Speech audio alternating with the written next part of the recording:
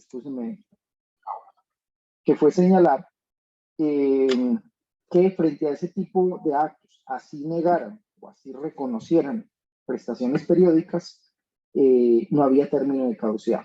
Obviamente, cuando estamos hablando de aquellas prestaciones que se continúan pagando y que, digamos, son indefinidas en el tiempo, porque si fue una prestación periódica, digamos, el salario, y yo percibí el salario durante un año, porque tuve una vinculación durante un año, pues en el momento en que yo dejo de percibir el salario porque me retiro del servicio, etcétera, etcétera, ya deja de ser una prestación periódica, ya fue una prestación que tuvo una duración indefinida en su momento y la discusión tiene que darse a partir del momento en que se deja, o por lo menos el término de caducidad tiene que darse a partir del momento en que se deja de percibir esa prestación, porque precisamente se está discutiendo lo que pasó en ese tiempo y no una prestación de carácter indefinido hacia futuro. Lo que, digamos, significa es que la norma pretende es proteger derechos relacionados con aquellas prestaciones que serán indefinidas en el tiempo y que por lo tanto en cualquier momento se puede llevar la discusión a la jurisdicción a efectos de poder demandar el acto administrativo. La otra excepción que trae la norma a algún término de caducidad es cuando se dirige a los actos productos de silencio administrativo. Y yo les recordaba o les señalaba que la administración, cuando termina o culmina los procedimientos administrativos, puede pronunciarse sobre estos de dos formas: o expidiendo un acto en concreto, lo que se llama un acto expreso, tomando la decisión al respecto, o guardando silencio. Digamos, yo formulo una petición para el reconocimiento de algo, formulo un recurso y la administración no responde. Entonces la ley ha creado la figura del silencio administrativo, tanto en vía sustantiva, es decir, frente a la primera petición, como silencios administrativos por vía de los recursos. Yo formulo un recurso y si no me responde en determinado tiempo, pues la ley entiende que la entidad me ha negado el recurso o me ha negado la petición. Esa es la regla general.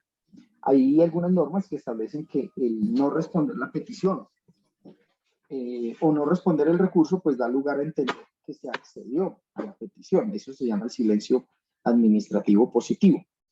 De todas formas, en ambos casos, tanto en el silencio administrativo negativo como en el silencio administrativo positivo, la ley establece que no hay término de caducidad para demandar en ambos casos, porque la ley no diferencia, simplemente dice que se dirija contra actos productos del silencio administrativo.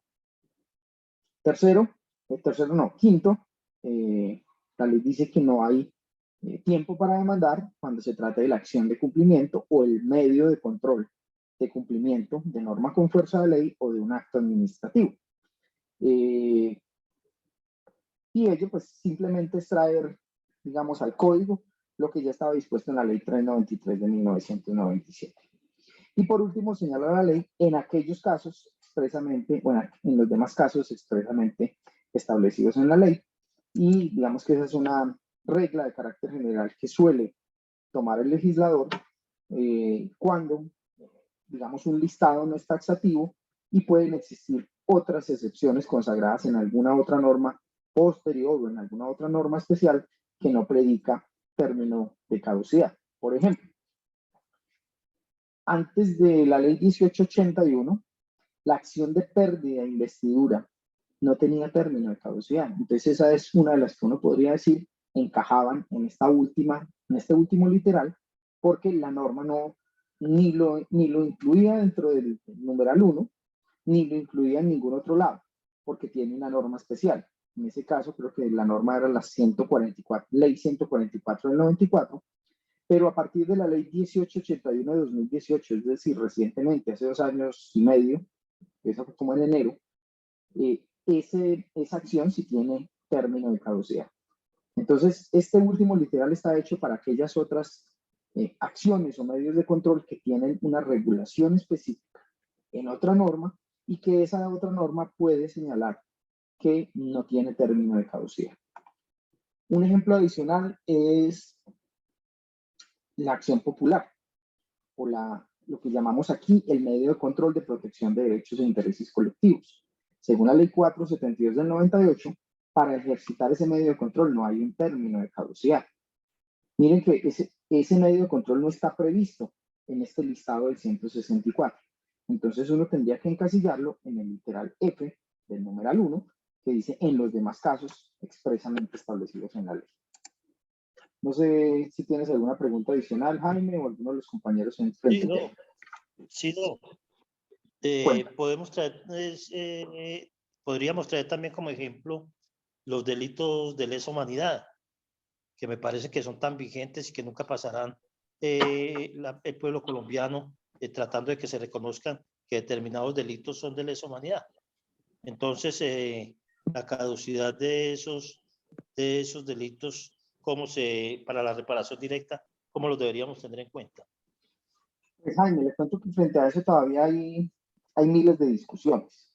Inicialmente el Consejo de Estado había establecido que frente a esos casos era el término de caducidad normal, el de en su momento creo que era el artículo 134 o 136 del Código Contencioso Administrativo, y se había dicho, la norma no establece ninguna excepción y por lo tanto la reparación directa, aún en ese tipo de casos, tiene término de caducidad. Posteriormente la jurisprudencia, digamos, fue variando su criterio y llegó un momento en el que la misma sección tercera varió su posición y señaló específicamente que en esos casos no había término de caducidad precisamente por, digamos, la gravedad de los delitos y por la entidad de los delitos que allí se cometían. Y si no estoy mal, creo que el año pasado surgió, yo no sé si la tengo aquí a la mano, una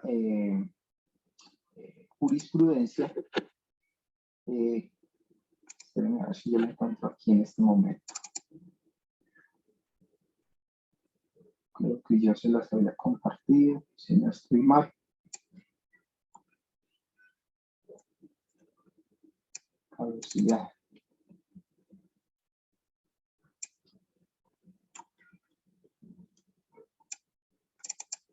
Vamos a ver aquí.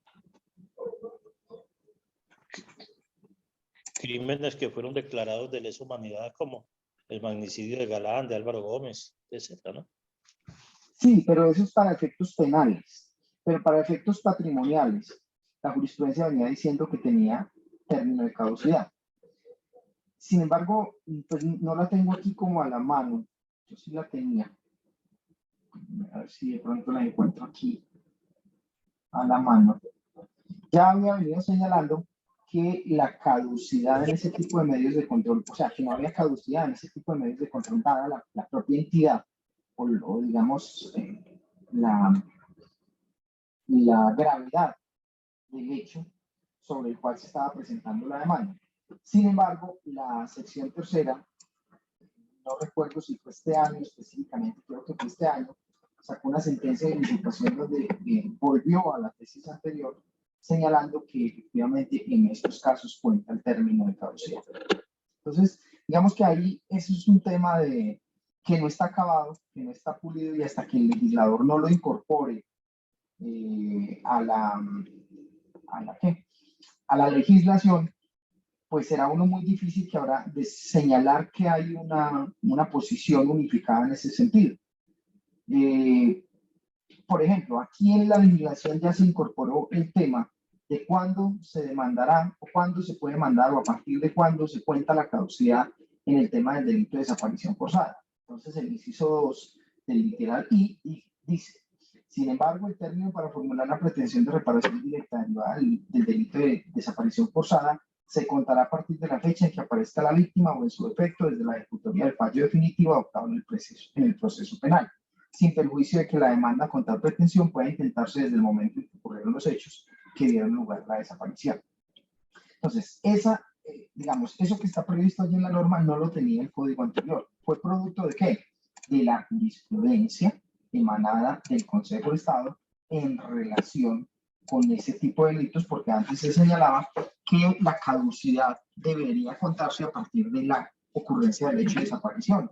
Otros decían que debía contarse a partir del momento en que apareciera la víctima o desde la ejecutoria del fallo del proceso penal. Finalmente, pues la jurisprudencia se decantó o se inclinó por esta última tesis y el legislador la incorporó. al código con la reforma a la ley 1437. Pero definitivamente en relación con los temas de lesa humanidad diferentes, por ejemplo aquí a desaparición forzada y el que usted nos habla de magnicidio, pues la jurisprudencia ha sido vacilante en ese sentido. En algunos momentos ha computado término de caducidad, en otros dijo que no se computaba dada la gravedad de los delitos y la declaratoria de lesa humanidad, y ahora último la posición que adoptó es que sí había término de caducidad. Déjeme que yo voy a intentar aquí en el transcurso del desarrollo del día de hoy buscar la última decisión al respecto, que creo fue de unificación en ese mismo sentido. Incluso voy a tratar de buscarla aquí. Si alguien tiene alguna pregunta, por favor, este es el momento antes de que pasemos a otro tema.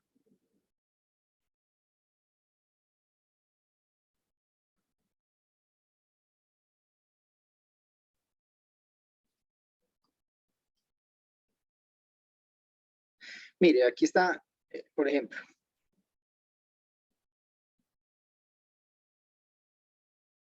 aquí hay una jurisprudencia en el tema de, dice acá, déjeme que aquí tengo de hecho el referente de la jurisprudencia que yo les digo, donde otra vez el Consejo de Estado varió su posición y dijo que en los casos de delitos de lesa humanidad sí había término de caducidad. Déjenme que aquí la voy a buscar en este momento y si es posible les paso ya mismo el enlace para que lo puedan tener. Entonces, si hay alguna otra pregunta. No sé, Jaime, si con eso respondí tu pregunta al respecto. Sí, doctor, muy bien, le agradezco mucho. Una última reflexión al respecto para la ejecución de las decisiones judiciales proferidas por la jurisdicción de lo contencioso administrativo. Sí. ¿Cuál es el término entonces para demandar la ejecución? ¿El término para demandar la ejecución? 5 años. Sí, son 5 años. 5 años. Duda. Del literal K. Literal K del artículo 164. Mire, aquí tengo la sentencia. Ok. Déjeme aquí tengo precisamente un último auto que habló sobre la aplicación retroactiva de este nuevo criterio, y les voy a buscar aquí el dato específico del cambio.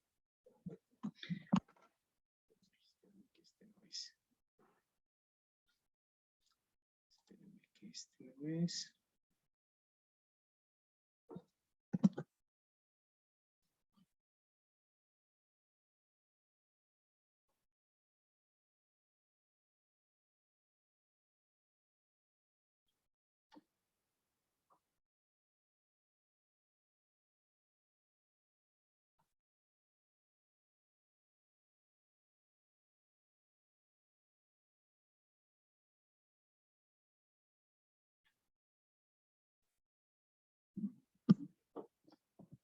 Lo busco de una vez para pasárselo porque si no se nos pasa.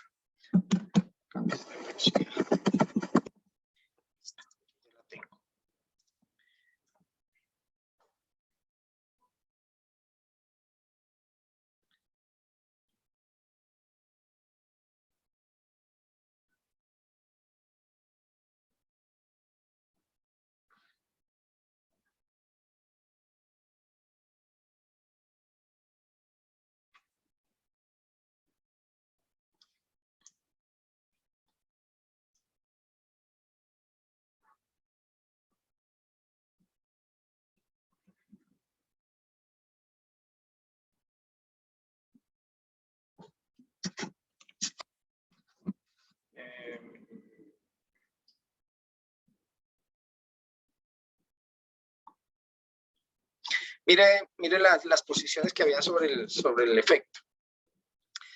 En efecto, la primera posición señalaba que el juzgamiento de la responsabilidad del Estado por la comisión de delitos de lesa humanidad no estaba sometido a un término de caducidad, toda vez que existía una regla de ius cogens según la cual el paso del tiempo no impedía el acceso a la administración de justicia para solicitar la reparación integral de los daños generados por actos crueles e inhumanos. De ahí que al efectuarse un control de convencionalidad sobre la regla de caducidad se admitiera una excepción para el juzgamiento de este tipo de hechos. Esta posición, entre otros, es la sostenida por el ponente de esta providencia. Y ahí citan varias decisiones del año 2017, del año 2019 y del año 2018, donde inaplicaban el término de caducidad en relación con ese tipo de casos o de tipos de delitos. ¿Sí? Dice acá. Y por otra parte, la segunda posición avalaba la aplicación de las disposiciones generales de caducidad en asuntos relacionados con hechos constitutivos de crímenes o delitos de lesa humanidad, pues se consideraba que la regla de imprescriptibilidad solamente aplicaba a juicios penales y por ende no operaba para el juzgamiento de la responsabilidad estatal. Como quiera que las dos posiciones mencionadas se contraponían y ocasionaban que algunos asuntos relacionados con crímenes de lesa humanidad continuaran su trámite judicial y otros no, la Sala Plena, la sección tercera del Consejo de Estado, por decisión mayoritaria, emitió una sentencia de unificación. Y esa sentencia de unificación es del año pasado, el 29 de enero del año 2020. En la que se acogió la postura que señala que en esos eventos específicos la responsabilidad del Estado sí se encuentra sujeta al plazo de caducidad previsto por el legislador, en tanto la regla de imprescriptibilidad solo era aplicable a juicios penales cuando se desconocía al presunto autor de la conducta delictiva. Entonces, les voy a pasar esta providencia, específicamente esta providencia, que analiza un caso de tutela relacionado con, y se lo voy a poner en documentos compartidos, en la carpeta de caducidad.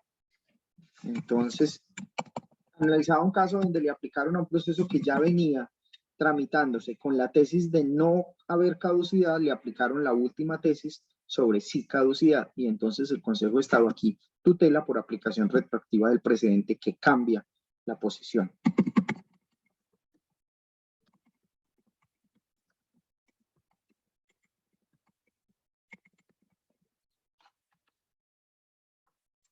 Listo, ahí se las guardé.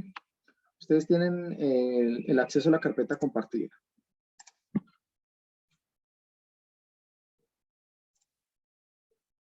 ¿Sí? Entonces, por favor, acceden allí para que puedan ubicar esa sentencia. Igual para los que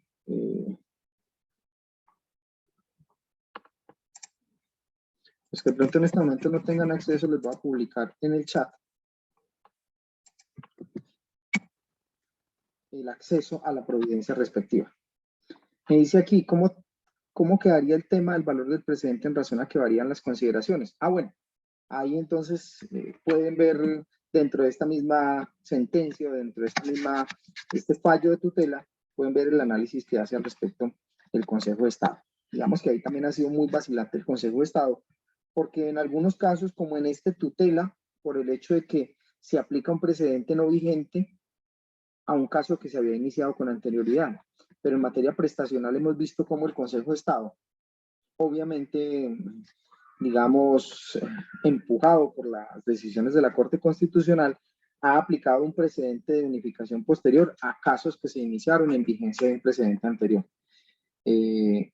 Entonces, digamos que en ese tema, por eso yo les digo, tanta la dificultad en materia procesal y en materia sustantiva en contencioso administrativa, dada la variación permanente de la jurisprudencia en ese sentido. Bueno, no hay más preguntas adicionales. ¿Quedó claro, Jaime? Chido, muy agradecido. Bien, gracias a usted por preguntar. Entonces vamos a continuar. Habíamos dicho que hoy vamos a terminar viendo algunas pautas o algunos temas básicos en relación con el trámite escritural de la demanda. Habíamos quedado la vez pasada en los requisitos para demandar, habíamos visto, digamos, el listado específico de los requisitos de la demanda y habíamos también hecho un repaso sobre los requisitos de procedibilidad, ¿cierto? Hasta ahí habíamos llegado, si no estoy mal. ¿Me confirman, por favor, a dónde llegamos?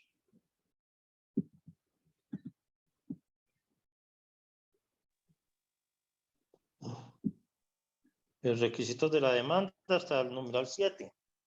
Y después habló de la caducidad y de la distribución de competencias. De la distribución de competencias y ya de los requisitos de procedibilidad, pues habíamos hablado previamente. Entonces ya lo que nos quedaría hablar es qué debe hacer el juez entonces cuando le presentan la demanda.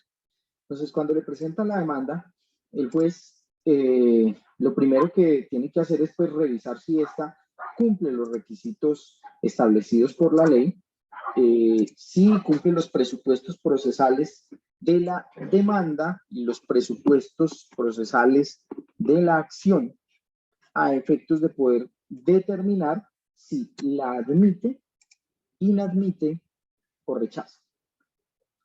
Entonces, si el juez una vez presentada la demanda observa que faltan requisitos formales, es decir, esos requisitos que ya vimos del artículo 162 con los anexos del 166, pues el juez inmediatamente deberá emitir un auto en el cual inadmita la demanda y ordene a la parte que presentó la demanda, pues que corrija. Que la corrija y para ello le otorga un término de 10 días a efectos de subsanar ese tipo de falencias. ¿Qué puede suceder? Que si la parte a quien se le inadmite, como en todas las jurisdicciones, no corrige la demanda frente a digamos, las deficiencias que le señaló el despacho al momento de la inadmisión, pues lo que se incurre inmediatamente es una de las causales de rechazo de la demanda. Recordemos que el artículo 169 trae específicamente 3 causales de rechazo. La primera es cuando hubiese operado la caducidad. Digamos que es el primer punto de partida que tiene el juez. Él debe revisar según las pretensiones y según el medio de control. Y de acuerdo con el artículo 164 que ya vimos en todos sus numerales, literales, y dependiendo de si se trata de un medio especial, de acuerdo con lo establecido para ese medio especial en la regulación específica, si está dentro del término de caducidad. Si está dentro del término de caducidad, pues el juez admite la demanda si cumple los demás requisitos. Pero si no está dentro del término de caducidad, no tiene ni siquiera que mirarle los demás requisitos a la demanda. Simplemente la rechaza por haber operado el término de caducidad.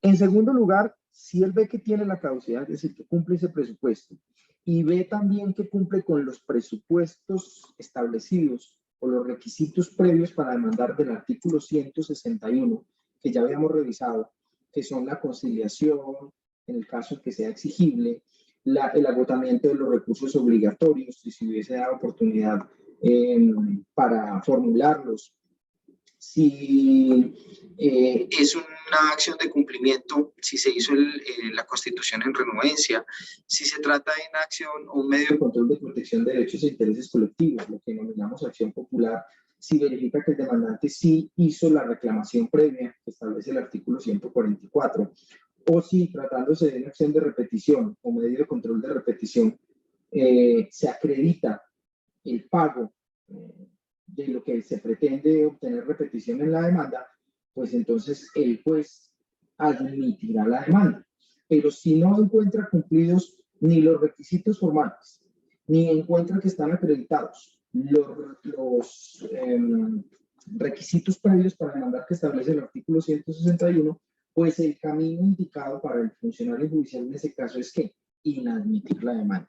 Y en esa autoinadmisión de la demanda lo que le dice es, señor demandante, se requiere que usted subsane estas falencias. Entonces, mire, usted no envió copia de la demanda al demandado como lo establece hoy en día la codificación, usted no allegó los anexos requeridos, usted no acreditó la representación legal, usted no allegó el poder, usted no allegó todas las pruebas que mencionó que allegaba con la demanda, usted no fue claro en la formulación de las pretensiones, o fue contradictorio en la formulación de las pretensiones, o no fue claro en la exposición de los hechos, o no estimó bien razonadamente la cuantía cuando haya lugar a ello, etcétera, etcétera. En todos esos casos, entonces el juez inadmite para que subsane esos defectos o para que acredite el cumplimiento del requisito de procedibilidad. Aquí entonces hay que hacer una acotación. ¿Cuál es la acotación?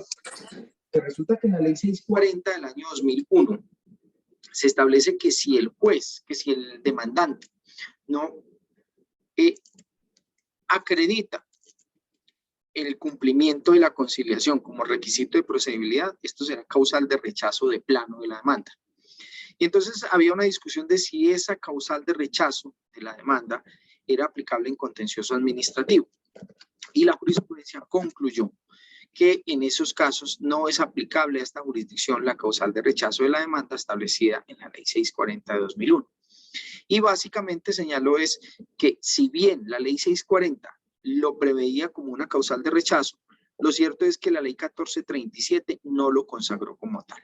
Al no consagrarlo como tal, si usted no acredita el cumplimiento de ese requisito, el juez lo que debe hacer es requerirlo para que acredite ese cumplimiento de ese requisito. Y si ya dentro de los 10 días siguientes de que dispone la parte para acreditar ese requisito no lo hace, entonces sí procede al rechazo de la demanda. Entonces ahí está una de las preguntas que se hizo en el quiz inicial, es si faltando uno de esos requisitos, ¿qué opciones tiene el juez? Entonces, rechazar de plano la demanda, la respuesta sería no.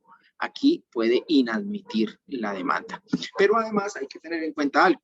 Puede que al juez se le pase. Si al juez se le pasa, ¿qué sucede? Que el demandado puede decirle, hey, señor juez, usted no podía admitir esta demanda porque no se agotó, no se acreditó el cumplimiento del requisito. Entonces, el juez revisa en reposición y puede llegar a la conclusión de que hay razón y por lo tanto inadmitir la demanda, es decir, revocar su decisión y admitir la demanda. Pero también puede suceder que la parte accionada no diga nada al respecto, no se pronuncie sobre el tema.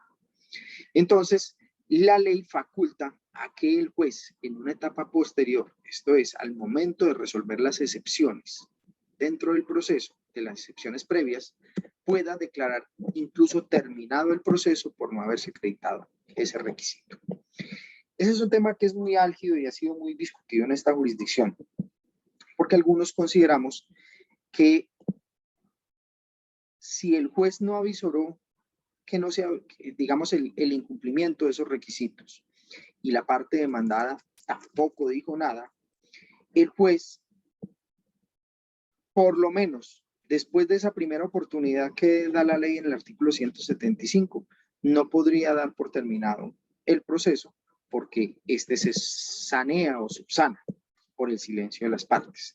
Sin embargo, hay unos contradictores o detractores de esa tesis que señalan que de todas maneras el juez en cualquier otra etapa del proceso, incluso en la sentencia final, podría llegar a decir que declara terminado el proceso por falta del agotamiento del requisito de procedibilidad. En nuestro criterio no debería ser así, porque la ley está dando dos oportunidades para usted echar de menos como juez y como contraparte el requisito de procedibilidad. Uno, en la admisión de la demanda y en la notificación para el demandado. Y dos, al momento de resolverse las excepciones previas, según el actual artículo 175. En la norma anterior, es decir, en la 1437 original, se decía que lo podía hacer incluso hasta en la audiencia inicial, donde podía declarar terminado el proceso por falta del cumplimiento de estos requisitos. Ya hoy la ley dice que es antes de la audiencia inicial al momento de resolver las excepciones. ¿Por qué consideramos algunos que no hay lugar a declarar por terminado con posterioridad? Pues primero porque la ley da la oportunidad solamente en esos dos momentos. Es decir, no dice en cualquier momento que se observe o visualice el no cumplimiento del requisito podrá dar por terminado el proceso. Así no lo dice la ley. La ley lo dice hasta el momento de resolver las excepciones previas. En segundo lugar, porque si usted observa el contenido de estos requisitos de procedibilidad, pues básicamente todos lo que buscan es que el demandado haya tenido oportunidad de cambiar de criterio y evitar un proceso judicial. La conciliación es uno de ellos. El recurso administrativo obligatorio es otro de ellos, que es lo que llaman el privilegio previo de la administración de revisar sus propios actos. La constitución en renuencia tiene el mismo sentido y la petición previa de protección de derechos e intereses colectivos o requerimiento previo de que trata el medio de control de protección de derechos e intereses colectivos con la reforma que hizo la ley 1437. Todos ellos lo que buscan es decirle, entidad o demandado, pilas que lo van a demandar por esto, mire a ver si o concilia, o revoca o modifica su decisión, o cumple la norma que le están diciendo que cumpla, o protege el derecho de interés colectivo que le están diciendo que proteja, para que no tenga que ir a un proceso. Digamos que es una especie de advertencia. Entonces, ¿qué sentido tendría que luego de presentada la demanda y de que el juez no se dio cuenta de que tampoco la parte demandada dijo nada al momento de contestar la demanda y de que el juez resolvió las excepciones y tampoco se dio cuenta ni la parte demandada volvió a advertirlo? ¿Qué sentido tiene que yo en una audiencia de pruebas o en una audiencia inicial posterior o en la audiencia de alegaciones y juzgamiento o incluso en la sentencia me digan que fue que no cumplió un requisito?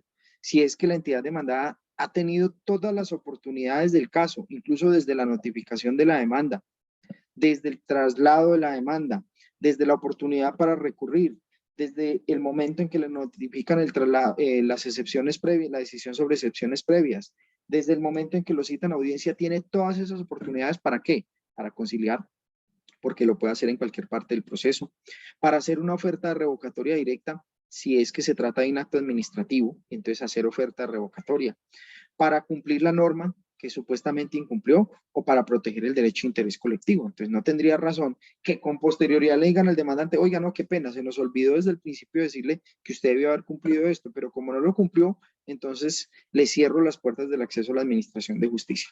En mi criterio yo considero que no es acertada esa posición. Sin embargo, pues la discusión todavía está en vilo y no ha habido, digamos, una decisión con carácter de unificación por parte de la jurisprudencia que dé a entender que solamente en esos dos puntos del proceso se puede o no se puede dar por terminado el proceso. ¿Queda claro el objeto de la discusión y el punto donde se encuentra en este momento? Sí, señor. Bien. Por favor, los que podamos, activemos cámara. Aquí no tengo sino a Marcela con cámara activada. Gracias. Bien, entonces después de que el juez... bueno, y hay otra causal de rechazo. La otra causal de rechazo es que el asunto no sea susceptible. Entonces, retomo. Cuando haya caducidad, claro, es el primer escollo en que se encuentra el juez. Si la demanda está formulando por fuera de término, entonces no la puede admitir, hay que rechazarla de plano. Segundo, cuando la inadmitió para que la subsanaran o la corrigieran y no lo hacen en el término, entonces hay lugar a rechazo, porque esa es la advertencia que se le hace al momento de inadmitir. Y tercero, cuando el asunto no sea susceptible de control judicial. Entonces, esta última causal, ¿para qué está hecha? Está hecha para aquellos casos donde se demandan situaciones que no son susceptibles de ser controladas por esta jurisdicción a través del respectivo medio de control. Por ejemplo, si usted demanda, es muy común no, digamos, se ha presentado en algunas ocasiones que pretendan demandar ante esta jurisdicción una decisión disciplinaria sancionatoria tomada por la Comisión Nacional de Disciplina Judicial, lo que antes era el Consejo Superior de la Judicatura, Sala Jurisdiccional Disciplinaria. Entonces, lo que hay que decir es que ese tipo de actos no es controlable en cuanto a su forma y en cuanto a su expedición para determinar su validez o no por parte de la jurisdicción contenciosa a través de los medios de control y mucho menos a través del medio de control de nulidad y restablecimiento del derecho. ¿Por qué razón? Porque esa es una decisión de carácter jurisdiccional y como decisión de carácter jurisdiccional no es controlable por esta jurisdicción en cuanto a su, digamos, validez. ¿Qué sería lo único que podría controlar esta jurisdicción? ¿Qué creen ustedes frente a ese acto? Pues reparación directa, es decir, responsabilidad del Estado por defectuoso funcionamiento de la administración de justicia. Entonces se puede encontrar que en ese tipo de decisiones se cometió una injusticia porque se aplicó una norma que no era aplicable, porque se incurrió en un error protuberante en la decisión, etcétera, etcétera. Usted podría llegar a demandar por error judicial. Entonces, por error judicial, si el funcionario del contencioso encuentra que efectivamente se da ese error evidente en la sentencia, entonces digamos que con las características propias de ese título de imputación, porque ese es un título de imputación de responsabilidad, pues podrá condenar al Estado por responsabilidad en los daños que hubiese ocasionado con la toma de esa decisión. Sería la única forma de controlar ese tipo de decisiones. Lo mismo sucede con algunas decisiones que toman las autoridades administrativas. ¿Cuáles serían, por ejemplo? A ver, ¿a quién se le ocurre?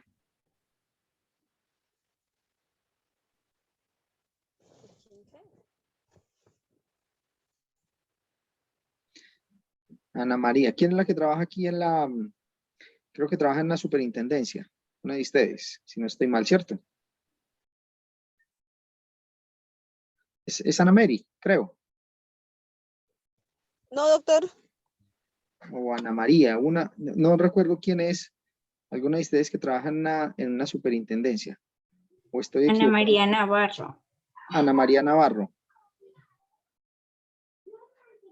¿Y se encuentra o no se encuentra? No se encuentra. Bueno, entonces resulta que algunas autoridades administrativas toman decisiones que no son actos administrativos. Esas decisiones que no son actos administrativos y que tienen la calidad de actos jurisdiccionales no son objeto de control por parte de esta jurisdicción. ¿Dónde encontramos eso? En el artículo 105 de la ley 1437. Cuéntame, Orfa. Doctor, de pronto los actos que hacen los inspectores de policía. Listo. Entonces, vamos también, esa era la otra excepción que yo les iba a señalar aquí, y está en el artículo 105. Entonces, mire, la jurisdicción de lo contencioso administrativo no conoce. Gracias, Orfa. Primero, las controversias relativas a la responsabilidad extracontractual y contratos celebrados por las entidades públicas que tengan carácter de instituciones financieras, aseguradoras, intermediarios de seguros o intermediarios de valores vigilados por la Superintendencia Financiera cuando correspondan al giro ordinario de los negocios de dichas entidades, incluyendo los procesos ejecutivos. Entonces, aquí lo que, digamos que yo en esta primera, lo que me está excluyendo no es tanto el control de los actos administrativos, sino todo lo que tenga que ver con responsabilidad extracontractual y responsabilidad contractual. Un caso, la previsora compañía de seguros, ¿sí?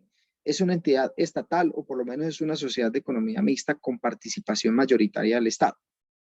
En esos casos, la previsora, S.A., compañía de seguros, en el giro ordinario de sus negocios, tanto la responsabilidad contractual como extracontractual no la conoce la jurisdicción de lo contencioso. Entonces, un juez, digamos que aquí podría decir que rechaza la demanda, pero yo creería que más que rechazar la demanda en este caso, lo que tiene que hacer es remitirla por falta de jurisdicción, es decir, no tiene jurisdicción para conocer el asunto, porque si me demandan responsabilidad extracontractual, pues esa es propia de acá, propia de esta jurisdicción, pero cuando, digamos, los sujetos involucrados de la relación son competencia mía. Como no son competencia mía y la ley establece que son de la jurisdicción ordinaria, entonces yo lo que hago es remitirlo a la jurisdicción ordinaria por falta de jurisdicción. Lo mismo las relacionadas con la responsabilidad extracontractual de este tipo de entidades. Cuando hablamos de ese actos no sujetos, digamos de lo que dice el artículo 169 en relación con la causal de rechazo, que dice cuando el asunto no sea susceptible de control judicial, pues la norma lo que nos está haciendo alusión específicamente, diríamos, es al contenido de estos artículos. Déjenme que se me perdió, estaba leyendo el artículo. Primero, la que está en el numeral 2 del artículo 105. ¿Qué nos dice el artículo 2 de la 105? Todas aquellas decisiones que profieren autoridades administrativas, pero en ejercicio de función jurisdiccional. Entonces, recuerdan ustedes que la Superintendencia de Sociedades, la Superintendencia Financiera, la Superintendencia de Industria y Comercio ejercen funciones jurisdiccionales otorgadas por la ley. Esas funciones jurisdiccionales que ellos ejercen no son típicos actos administrativos. Al no ser típicos actos administrativos, pues yo no puedo demandar la nulidad de esas decisiones porque son verdaderos actos jurisdiccionales, es decir, sentencias judiciales. Y en ese sentido, entonces, la causal de rechazo que yo invocaría es la del 169, numeral 3. Otra, las decisiones proferidas en juicios de policía regulados especialmente por la ley, a la que nos hacía alusión Orfa Elena. Claro, los inspectores de policía en algunos casos conocen de algunos procedimientos especiales en los cuales resuelven contravenciones especiales o querellas especiales formuladas por una persona en contra de otra. Entonces, cuando el inspector de policía no actúa como una autoridad administrativa tendiente, digamos, a recuperar el espacio público o a solucionar problemas propios de conflictos policivos, sino que lo que actúa es tendiente a resolver cuestiones civiles especialmente reguladas por la ley. En ese tipo de casos, la decisión que toma ese inspector de policía no es objeto de control por parte de la jurisdicción. Y se han presentado algunos casos en relación, yo recuerdo aquí un caso específico, lo tengo por acá.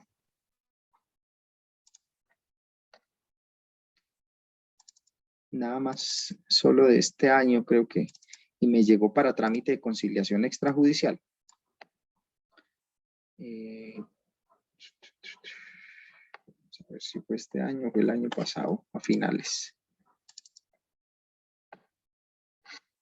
Juicio de policía, aquí lo tengo.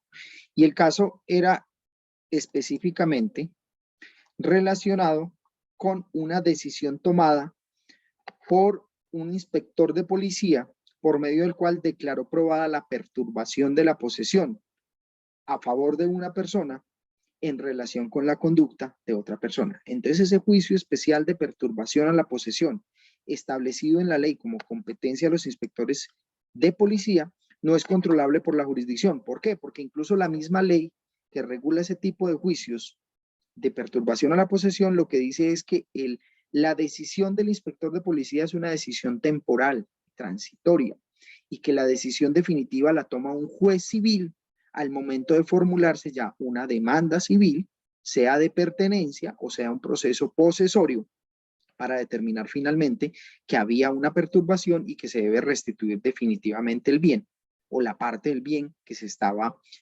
perturbando por parte de la actuación del querellado en su momento. Entonces se trajo, digamos, se quiso traer a conciliación para que se declarara la nulidad de lo decidido por el inspector de policía.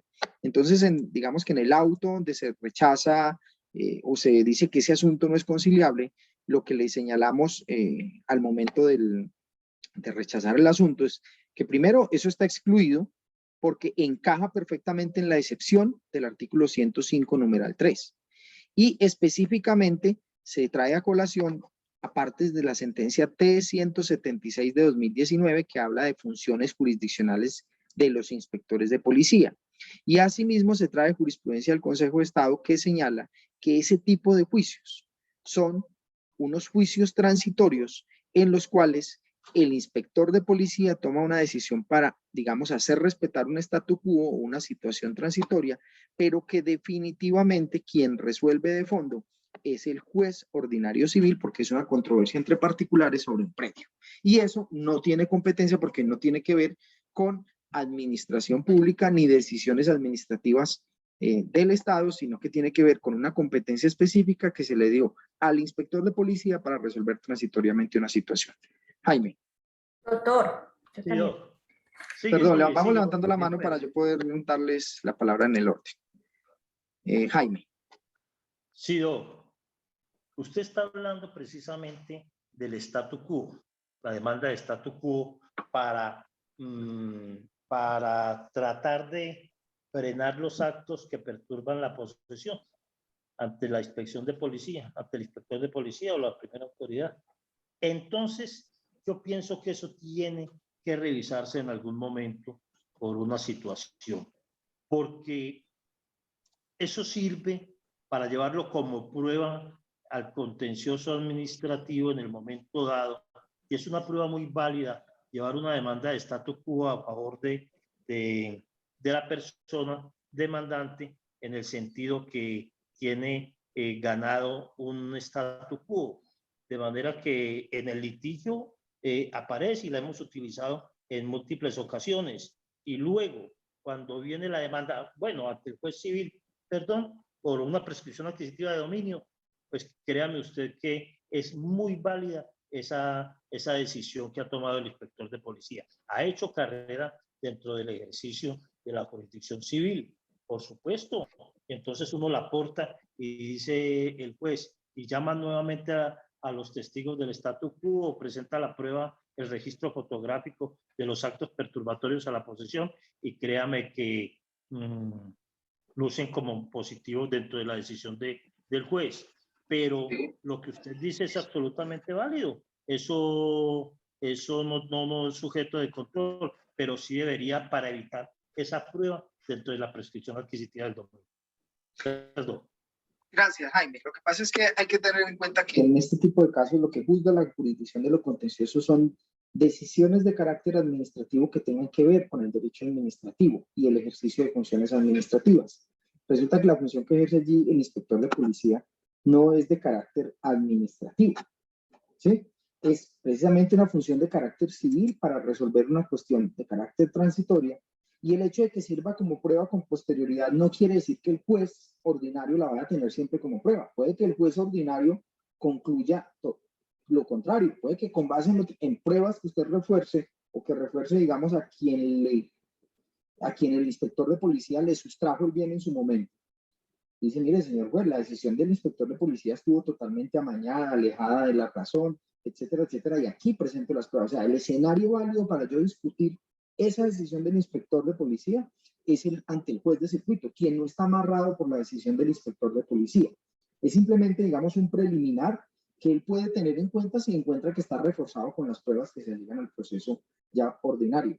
Pero si el juez civil encuentra que no,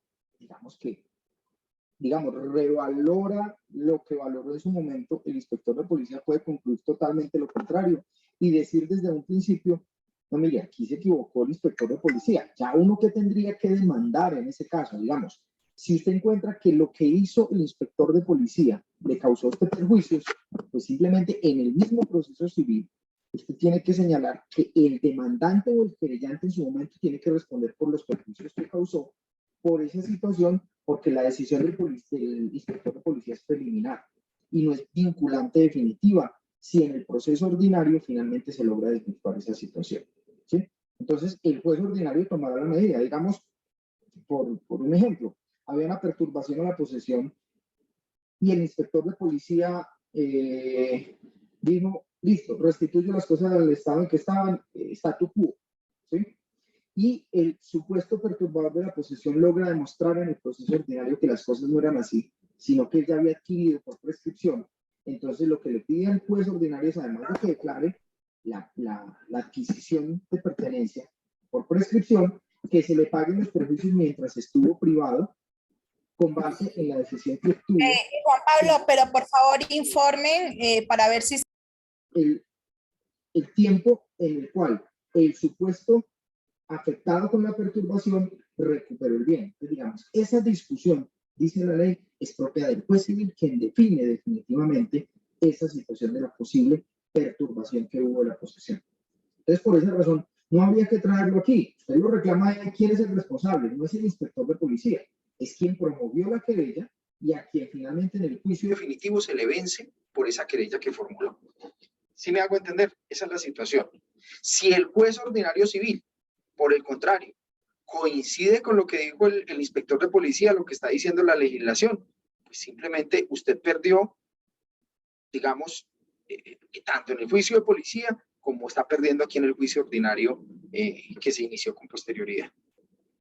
¿Sí me hago entender, Jaime? Y por eso la jurisdicción no lo controla, porque no es un verdadero acto administrativo y además no es un acto administrativo definitivo. Es una decisión temporal que le ha diferido la ley para que se adopte mientras se inicia un proceso ordinario, si es que se inicia ese proceso ordinario. Porque en muchas ocasiones no se inicia el proceso ordinario. Perturbación de la posesión, statu quo, y al que retiraron del bien, pues no formula demanda porque está consciente de que estaba perturbando una posesión. Entonces, si al que retiran del bien o de la posesión del bien que tenía en su momento y que estaba perturbando, no inicia una demanda, pues la ley entiende que efectivamente estaba perturbando y que ya la decisión del inspector de policía, pues lo que hizo fue devolverle a su dueño, digamos, a su propietario, el bien, o al legítimo poseedor que tenía mejor derecho que quien estaba perturbando en ese momento. No, digamos que no soy experto en el tema civil ni en temas de perturbación a la posesión, pero lo que le estoy dando es la lógica de por qué la ley lo excluye del control de la jurisdicción de lo contencioso. Listo. Orfa Elena. Entonces también aplica para las decisiones que toma el alcalde en segunda instancia en esos procesos, porque hay unos procesos que van a segunda instancia y el alcalde es el obligado a desatar el recurso de apelación. Claro, claro, porque es que recuerde que el alcalde es la máxima autoridad en materia policiva del municipio. Y si él tiene la segunda instancia en ese tipo de procesos regulados por normas especiales, pues es la misma situación. El alcalde lo que está haciendo es adoptando una decisión en un juicio especial que le determina la ley y cuyo control final le corresponde a un juez ordinario si se formula la demanda a continuación del hecho de la perturbación. Ok. ¿Sí? Gracias. Bien, muchas gracias. Entonces, esta causal de rechazo nos sirve precisamente es para eso, para ese tipo de casos donde la jurisdicción no tiene ese tipo de control. Y además, allí incluiríamos, no, en el numeral cuarto se establece que tampoco son controlables por la jurisdicción aquellas controversias surgidas entre entidades públicas y sus trabajadores oficiales, porque se entiende que la relación entre la entidad y el trabajador oficial es una relación netamente de orden laboral que se regula por el Código Sustantivo de Trabajo, por el derecho privado del trabajo y que por lo tanto la competencia está dada a la jurisdicción ordinaria en su especialidad laboral y seguridad social. ¿Qué diría yo? En estricto sentido, tanto la primera como la cuarta, no es que el acto no sea susceptible de control judicial. Sí es susceptible de control, pero por otra autoridad judicial, es decir, por otra jurisdicción, sea la civil o sea la ordinaria en especialidad laboral y seguridad social. ¿Qué pasa con las dos de la mitad? En las dos de la mitad hay verdaderos actos, ¿sí? Lo que pasa es que esos actos que expiden esas autoridades, la una en ejercicio de funciones jurisdiccionales expresamente atribuidas por la ley y la otra, los actos que toman los funcionarios de policía en los juicios especiales de policía, la ley dice que no tienen control para su validez por parte de esta jurisdicción.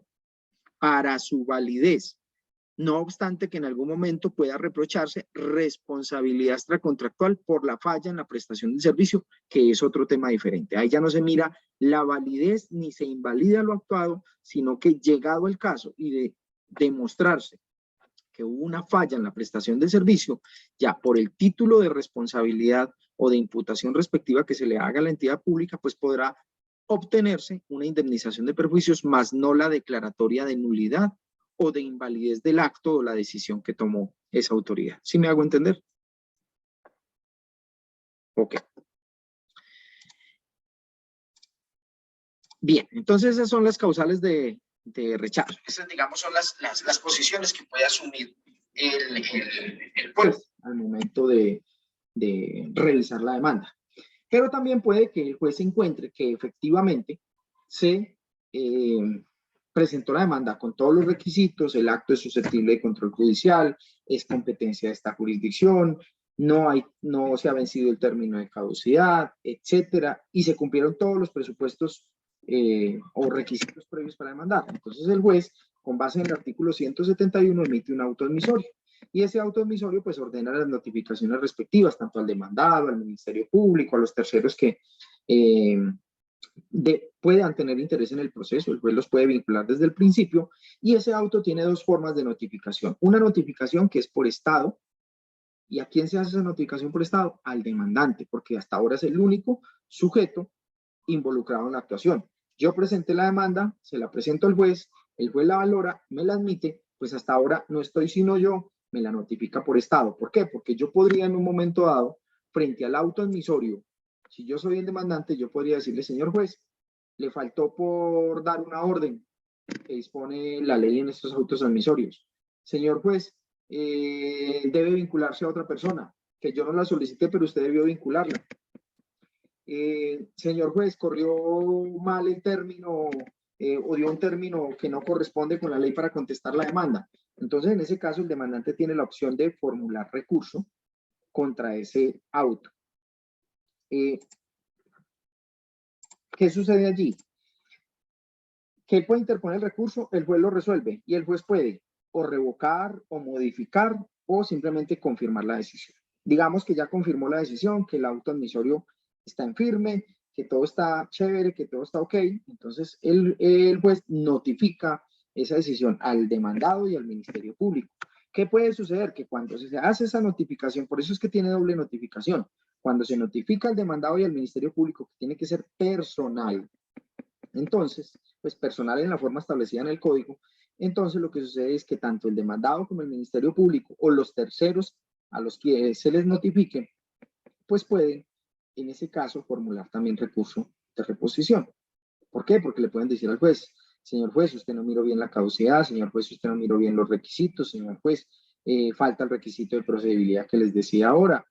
Entonces, todos esos mismos elementos que debió mirar el juez en su momento se los puede reprochar la parte demandada. Señor juez, usted me dio menos término para contestar que establece la ley. Señor juez, aquí hay que vincular a otra persona, ordene notificar a otra persona. O sea, esos mismos reparos se hacen luego de que ya es notificado el demandado, los terceros y el Ministerio Público.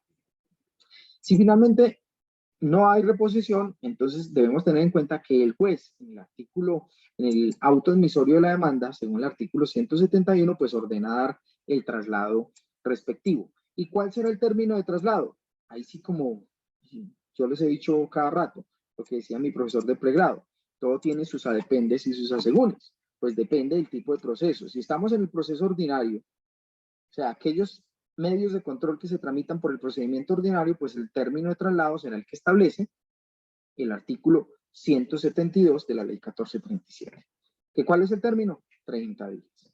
¿Que a partir de cuándo se cuentan esos 30 días? Entonces, con la reforma que introdujo la ley 2080, digamos que hay un cambio sustancial. Antes, con la ley 1437, el término se computaba de la siguiente manera.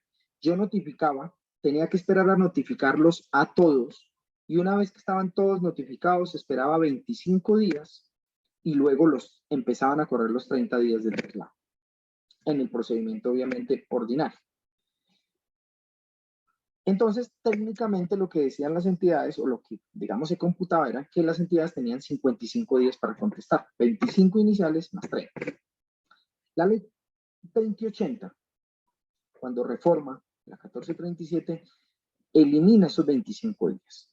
Entonces dice, mire, ya, usted notifica la demanda, espera 2 días hábiles, que es lo que trae el artículo 199, y inmediatamente pasan esos 2 días hábiles, es decir, a partir del tercer día hábil siguiente a la notificación, empezará a correr el término de traslado de la demanda, que son 30 días, según el artículo 172 de la 1437. Posterior a la notificación y obviamente al traslado, pues ya el demandado podrá asumir la defensa respectiva. Entonces, con base en el artículo 175, él podrá contestar la demanda. Recuerde, podrá, no es obligación contestar, pero obviamente que el deber ser en estos casos es contestar la demanda, pronunciarse sobre los hechos, sobre las pretensiones, allegar las pruebas que se tengan en su poder y se quieran hacer valer, allegar peritajes o informar que va a llegar un dictamen pericial, proponer excepciones, si las va a proponer, entonces puede proponer excepciones previas, puede proponer excepciones de fondo o perentorias dentro del proceso. Y todo eso está regulado en el artículo 175, donde están, digamos, los requisitos a efectos de contestar la demanda. Hay algo muy importante, cuando sean ustedes apoderados de entidades públicas, en este mismo tiempo o en este mismo término, deberán cumplir 2 situaciones. Primero, si se trata de una actuación administrativa cualquiera, hay que llegar los antecedentes administrativos que tiene la entidad sobre tal aspecto. No hacerlo constituye una falta disciplinaria por parte del representante. Entonces no le vayan a hacer cometer ese error al representante legal de no allegar los antecedentes de la actuación acusada. Y en segundo lugar, si se trata de responsabilidad médica, pues la ley 1437 también obliga a que se alleguen al proceso la historia clínica debidamente transcrita. ¿Y por qué debidamente transcrita? ¿Y por qué se ordena llegar desde la misma contestación de la demanda? Primero, porque era un problema antes con las entidades e instituciones de carácter hospitalario frente al tema de la historia clínica que la llegaran. Eso era requerimiento tras requerimiento y había que esperar hasta decretar la prueba para poder llegar. Y segundo, cuando la llegaban, pues la llegaban, parecía que fueran escritas por mí, porque es una letra que no la entiende nadie. La letra de los médicos y la mía tienen esa característica, que no las entiende nadie. Y por esa razón, entonces lo que dijo el código es, señora institución, usted tiene que llegar a la historia clínica debidamente transcrita. ¿Sí? Ahora digamos que las cosas se facilitan un poco porque ya las historias clínicas, digamos, en casi todas partes se diligencian en un computador. En casi todas partes. Obviamente que en el puesto de salud X puede que ya no haya computador, entonces si la llene la enfermera y el médico que vaya a hacer, entonces la llena a mano. Si hay documentos a mano, entonces hay que transcribirlos y allegarlos al proceso debidamente transcritos, porque antes era, digamos, toda una, digamos, unas maniobras extrahumanas que tenían que hacer los jueces o teníamos que hacer los quienes trabajábamos y analizábamos ese tipo de casos para poder establecer qué era lo que había dicho el médico y cuál era el tratamiento y qué era lo que había finalmente hecho o encontrado en el caso respectivo. ¿Por qué razón? Pues porque no le entendíamos la letra. ¿Sí? Y en ese sentido, pues era muy difícil en últimas o en algunas ocasiones establecer si había una falla o una responsabilidad. Bien, por aquí me preguntan, Gisela.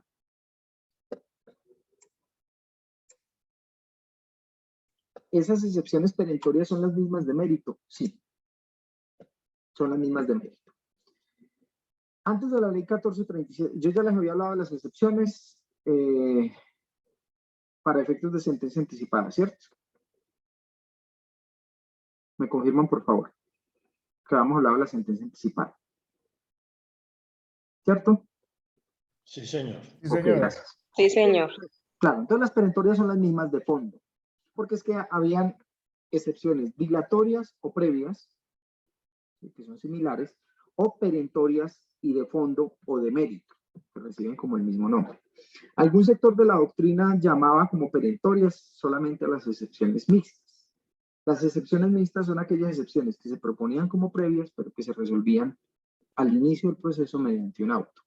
Yo ya les recordé, o les señalé que con la ley 2080, esas excepciones que antes se podían proponer como previas y que debían resolverse en audiencia inicial según la ley 1437, y que con el decreto 806 del año 2020 podían resolverse mediante sentencia anticipada o mediante auto terminando el proceso antes de la audiencia inicial, hoy en día con la ley 2080 constituyen causales de sentencia anticipada. Pero eso no les hace cambiar su naturaleza de excepciones de mérito, perentorias o de fondo. Dentro del proceso contencioso, esas digamos que tienen una especialidad. ¿Cuál es la especialidad? Que son nominadas. Es decir, tienen un nombre. Caducidad, prescripción extintiva, falta de legitimación en la causa, transacción, conciliación, cosa juzgada. Esas 6 tienen nombres, pero no son las únicas que tienen nombres. Cuando usted habla del proceso ejecutivo, tiene otras excepciones de novación, compensación, confusión, beneficio de exclusión, etcétera, etcétera. No son las únicas, pero digamos que dentro de los procesos ordinarios sí son las que tienen un nombre predefinido por la ley. Recuerden que las excepciones perentorias o de mérito o de fondo, una característica es que usted les pone el nombre que considere, siempre y cuando ataquen el fondo de la discusión. Entonces, una excepción que muchos proponen es la excepción de legalidad de la actuación administrativa. ¿Sí? O inexistencia de violación al debido proceso. La proponen como una excepción de fondo. Pero en última, lo que está haciendo ahí es una oposición a los hechos que está señalando el demandado. No es en sí misma un hecho que extinga la pretensión del demandante, como si lo es la caducidad, como si lo es la prescripción, como si lo es la conciliación, como si lo es la transacción. Esas extinguen el derecho del demandante.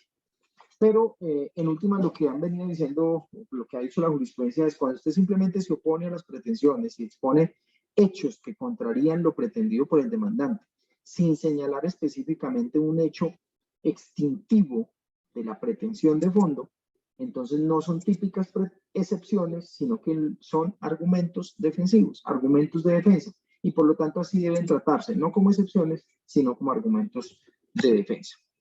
Sin embargo, las vemos que todos los días las proponen. Las proponen de esa manera, las titulan de esa manera. ¿Estamos?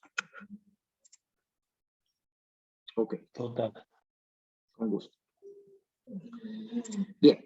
Entonces, Formuladas las excepciones, según el artículo 275, se corre traslado de estas excepciones, pero el traslado ya no requiere un auto que así lo determine.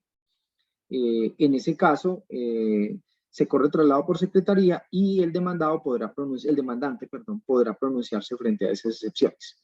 ¿Cómo se pronuncia? Pues aportando pruebas, porque al momento de contestar las excepciones, de proponer las excepciones, el demandado pudo presentar o solicitar pruebas para sustentar el dicho de esas excepciones. Entonces aquí el demandante tiene la oportunidad de solicitar nuevas pruebas, es decir, es una nueva oportunidad probatoria.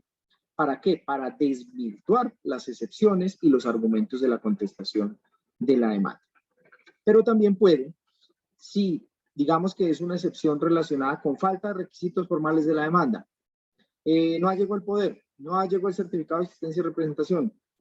Entonces, lo que dice la norma es que en ese tiempo o en ese término de 3 días que le dan a usted traslado la demanda, usted podrá corregir esas falencias para evitar que el juez dé por terminado el proceso.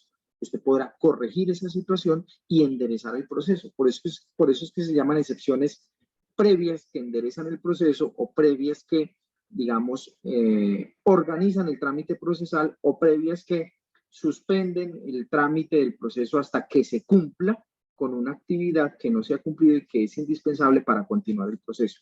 Por ejemplo, una indebida notificación. Dice, primero entonces corrijo esta notificación para poder continuar el proceso. Dilato un poco el proceso, pero lo enderezo. Esa es la razón de ser de las excepciones previas. Si ya son excepciones mixtas, entonces lo que se ve, mixtas no, perdón.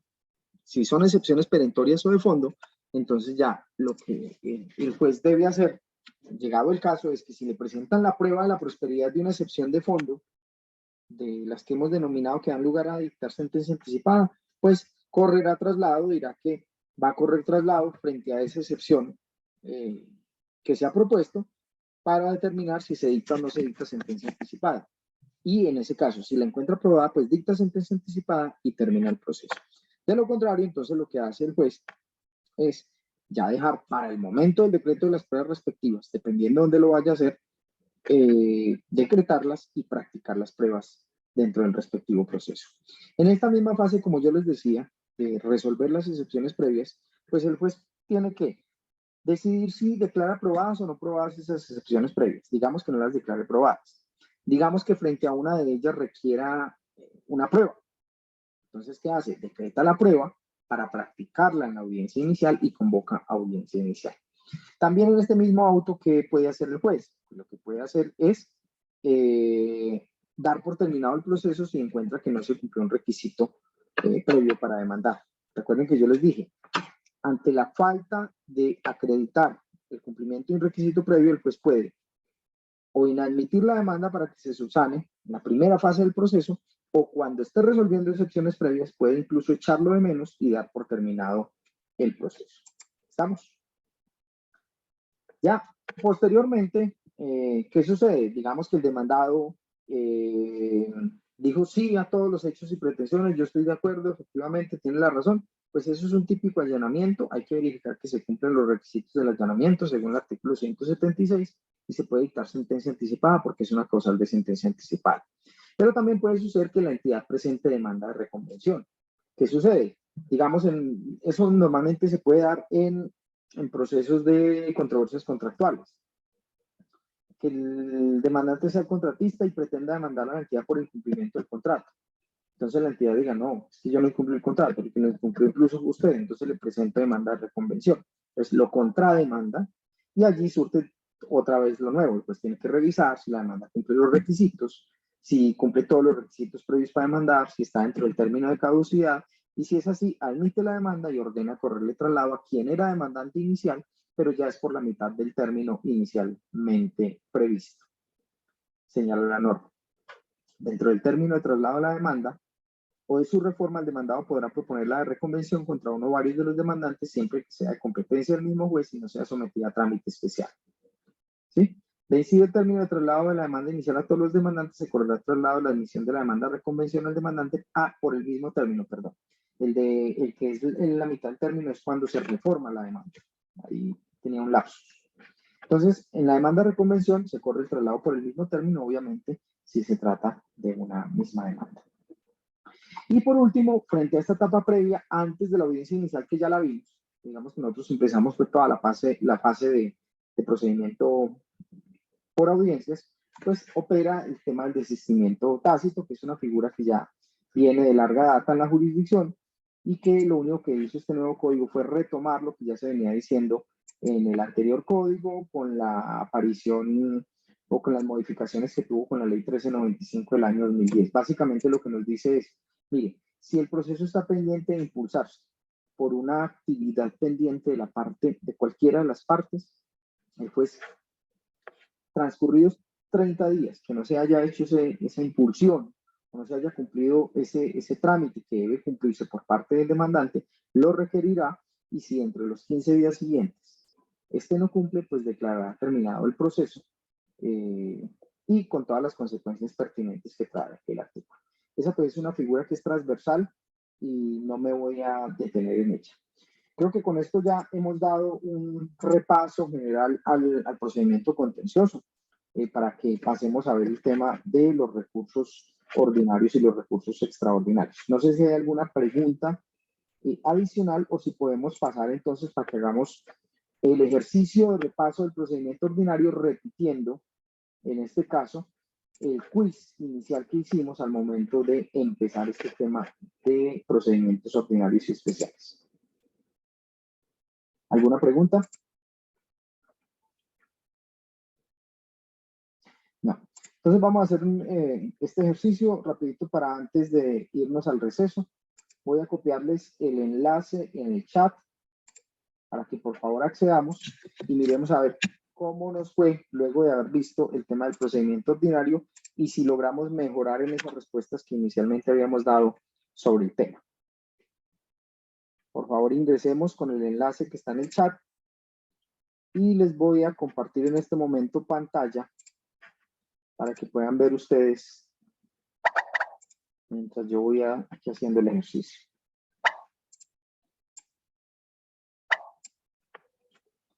Tengo 5 personas.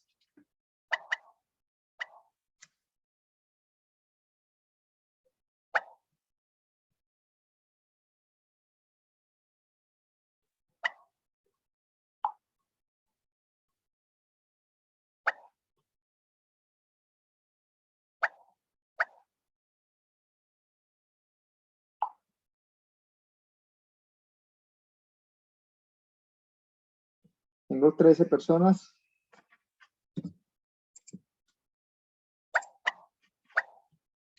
$16.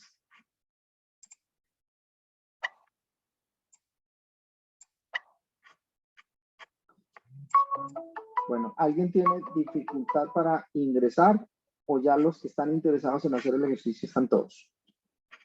Por favor me confirma, porque tengo 30 participantes en la videoconferencia y solo 18, 19 en este momento incluidos en el ejercicio. Me da un segundito, profe, que no he podido conectarme. Está pensando todavía. Está pensando. Sí, a ver si sucede.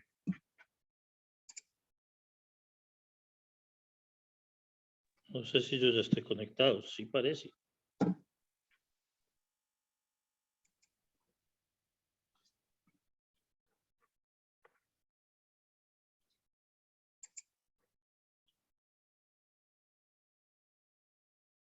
¿Cómo va, Jorge Andrés? Ya me conecté, ya me conecté. Gracias, profe. Listo, entonces entiendo que nadie más en este momento tiene problemas. Voy a empezar. Aquí están a su propio ritmo.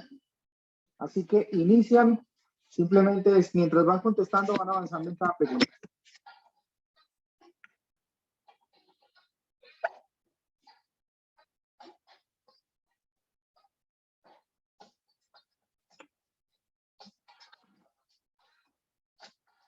A ver, Andrés va de primero y Fabio de segundo.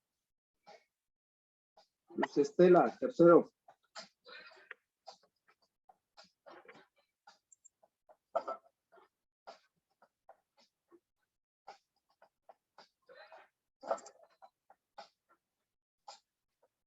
Andrés sigue primero. A ver, Gisela acaba de pasar el primer lugar y bajó Andrés.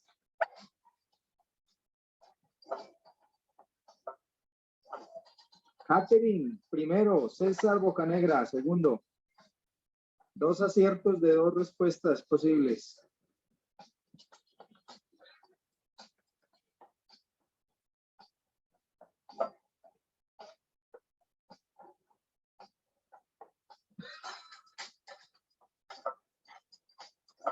Gisela volvió a subir al primer lugar. César bajó a Gisela. Señores, esa precisión está muy baja. 20 aciertos, 27 desaciertos.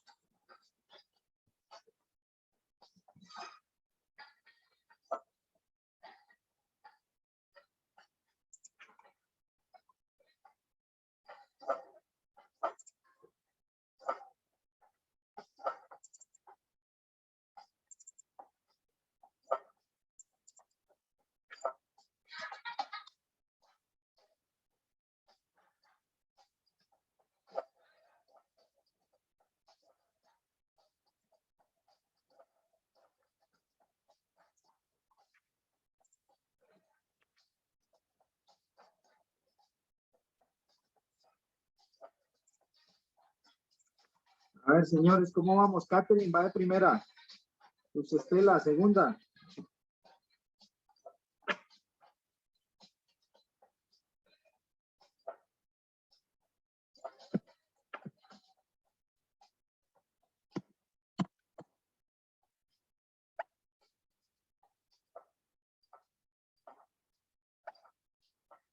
Catherine, primer lugar en este momento. Luz Estela, segundo lugar. Fabio Campo, tercer lugar.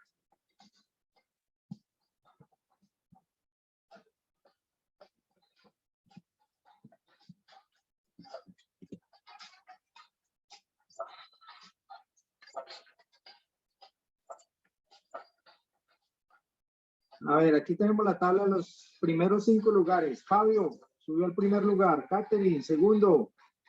Joana, tercer lugar. Luz Estela, cuarto lugar y acaba de subir al segundo. Alfonso acaba de entrar al ranking de los 5. Daniela, acabó de bajar Alfonso. Joana, primer lugar en este momento. Alfonso volvió a subir al quinto lugar.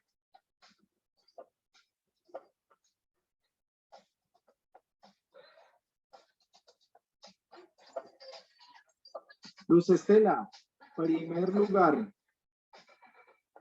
Gisela, volvió a bajar a Alfonso. Daniela, acaba de bajar a Gisela. Joana, acaba de bajar a Luz Estela y subió al primer lugar. Luz Estela y Joana se están punteando, están peleándose ese primer lugar. Alfonso vuelve a subir al quinto.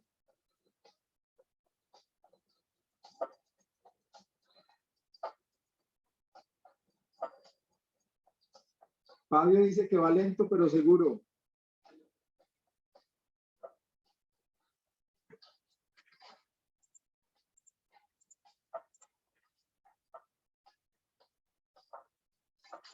Joana acaba de bajar a Luz Estela. Daniela y Gisela, cuarto y quinto lugar. Bajaron a Alfonso.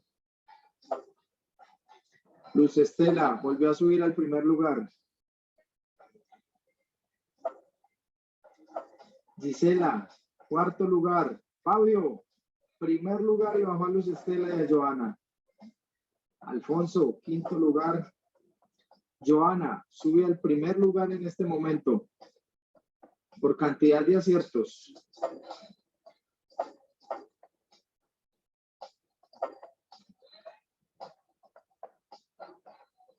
Señores, permanece la tabla.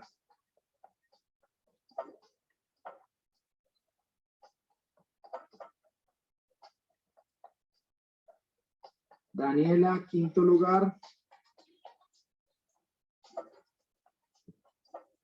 Luz Estela subió al primer lugar. Joana bajó a Luz Estela. Fabio bajó a Joana y a Luz Estela. Alfonso se ubica ya en el cuarto lugar. Va escalando, lento pero seguro. Daniela, quinto lugar. Fabio tiene un muy buen nivel de efectividad.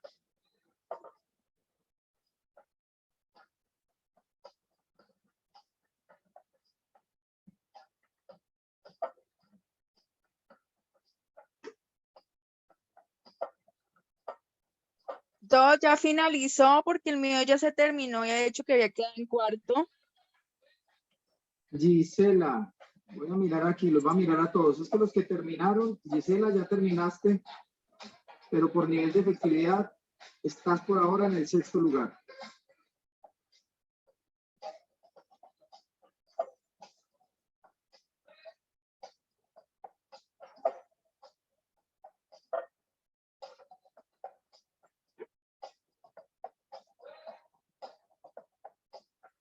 A ver, veo aquí unas personas que están muy pensativas.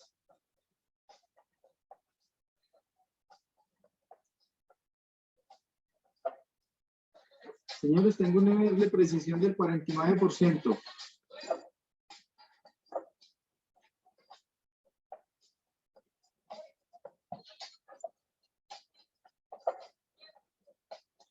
Joana acaba de subir al primer lugar. Cristian subió al tercer lugar. Todo a mí se me finalizó antes. Gisela, pues yo aquí lo que veo es que terminaste. Respondiste todas.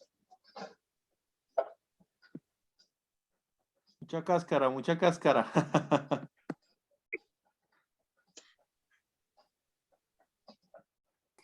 Doctor, a mí también ya se me terminó el quiz. Claro, ya terminaron de responder todo. Que iban a su propio ritmo. Joana, A primer lugar, Alfonso ya acabó de terminar, Luz Estela terminó hace rato, Catherine terminó, Gisela terminó, Jaime Montoya terminó, Marcela terminó, César también, Ana María le falta una, Ivonne le falta por terminar, Nini Joana también le falta, George también le falta, Wendy le falta, Giovanni le falta, Joyma, Viviana, Peter le faltan unas dos, Kelly, Ángela, Giovanni Rodríguez por este lado terminó, creo que entró 2 veces Giovanni.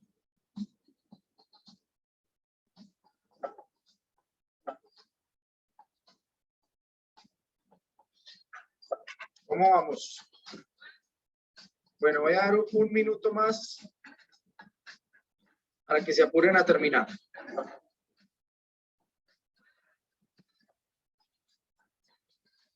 $50 segundos, señores.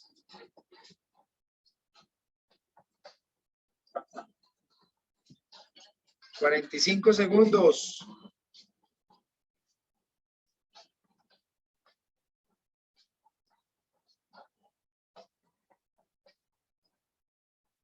Tenemos una precisión del 50% en este momento. 35 segundos.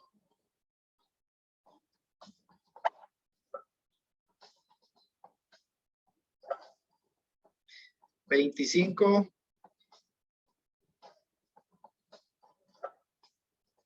20. 15 segundos.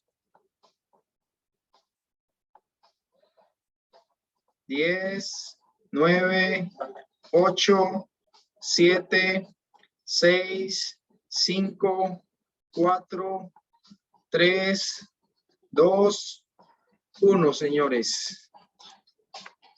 Dejamos ahí.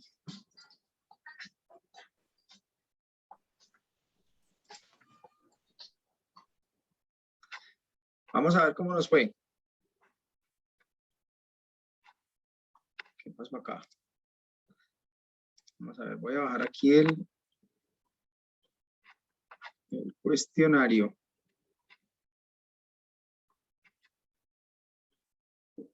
No sé si era este. Joana, sí, este fue. Este fue, señores. Vamos a ver.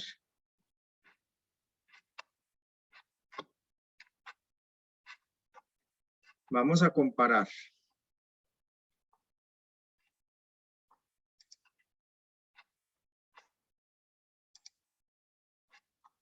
Ah, pero ya me está arrojando un informe diferente.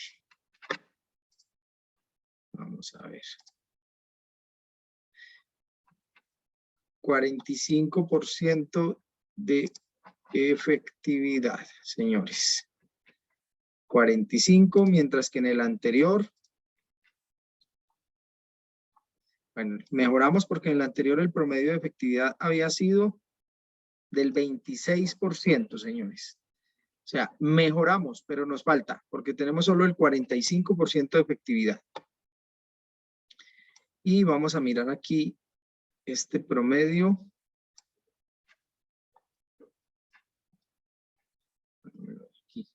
Pero creo que el promedio es 2.596 puntos y nosotros aquí tenemos en este nuevo promedio, vamos a ver dónde lo tenemos.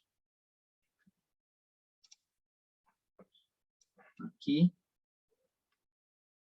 pues tenemos un promedio de 4.910 puntos, es decir, mejoramos en puntaje, mejoramos en efectividad, pero nos falta por mejorar y ese es un llamado entonces para que hagamos el ejercicio. Entonces lo que yo voy a hacer para que ustedes hagan actividad de aprendizaje es que vamos a asignar como práctica este cuestionario para que lo tengan disponible hasta el 30 de este mes. Los que quieran practicar, entonces pueden hacerlo y ya les voy a copiar en el chat el código. Jessica, no aparece en la lista, pero sí lo hizo o no lo hizo. Cuéntame a ver, Jessica. Jessica. Sí, doctor, no, es que no aparecía, pero ahorita que alcancé a ver en ese listado sí aparecía mi nombre. Vamos a ver, Jessica, con doble S, creo. Sí, creo Jessica. que sí, o con Sí, una sola Jessica, S. tienes una efectividad, pues por lo menos aquí, porcentaje 76%. 76%.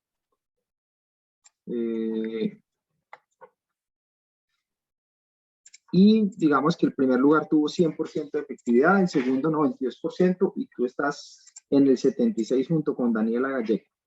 Entonces, felicitaciones en este caso a Joana Gallego, Fabio Campo, Jessica, Daniela Gallego y Cristian Ramírez, los primeros 5 lugares en el podio. Señores, los demás y todos a mejorar un poco y repasar los contenidos que hemos visto para que puedan tener claros esos conceptos. ¿Listo?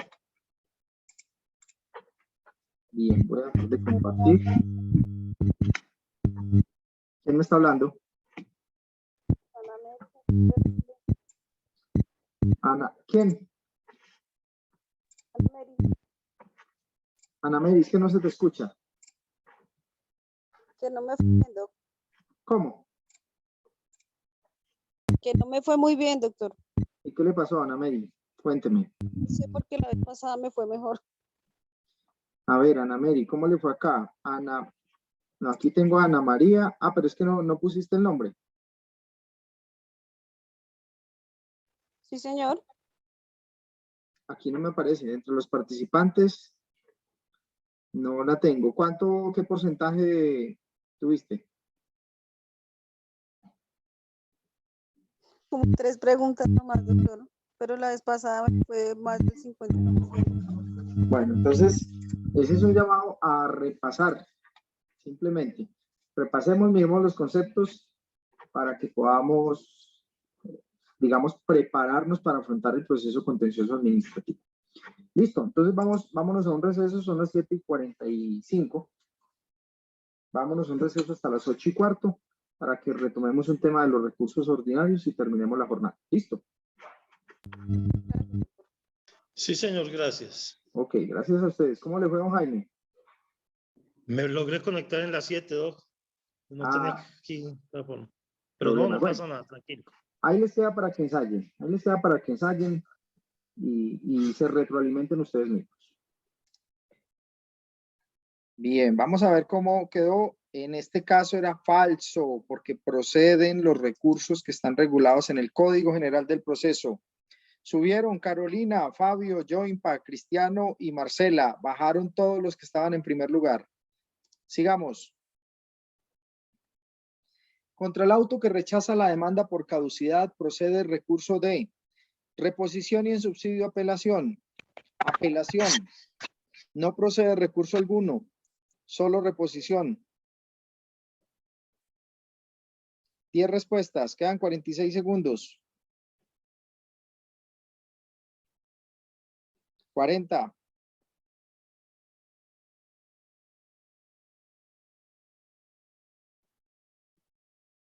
30 segundos.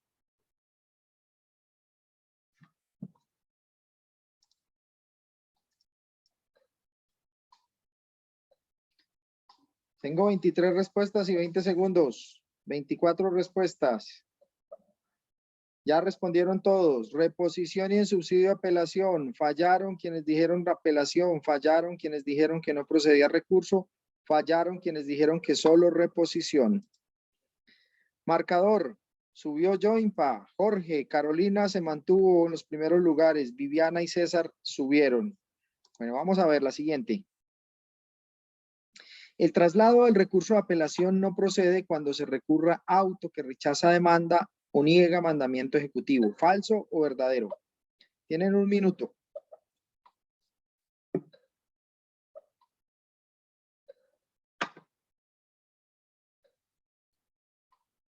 Música de suspenso.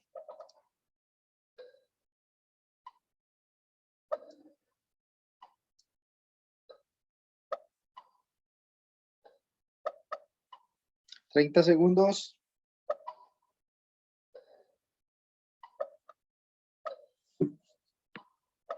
¿25 segundos?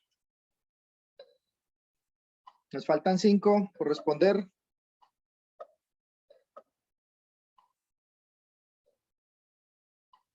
15.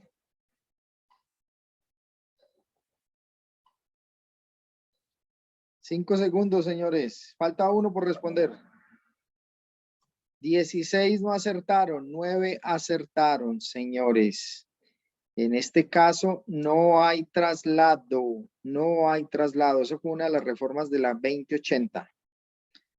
Incorporó una regla jurisprudencial. Sigamos. Joimpa lo bajaron al segundo lugar. Viviana recuperó. Fabio subió. Cristiano subió. Jorge se mantuvo. Sigamos. ¿Cuál de los recursos ordinarios pertenece a la siguiente definición? Este recurso se interpondrá ante el superior cuando no se conceda, se rechace o se declare desierta la apelación.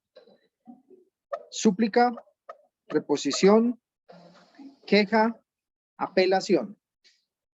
Quedan 40 segundos. Eso está fácil. ¿O no?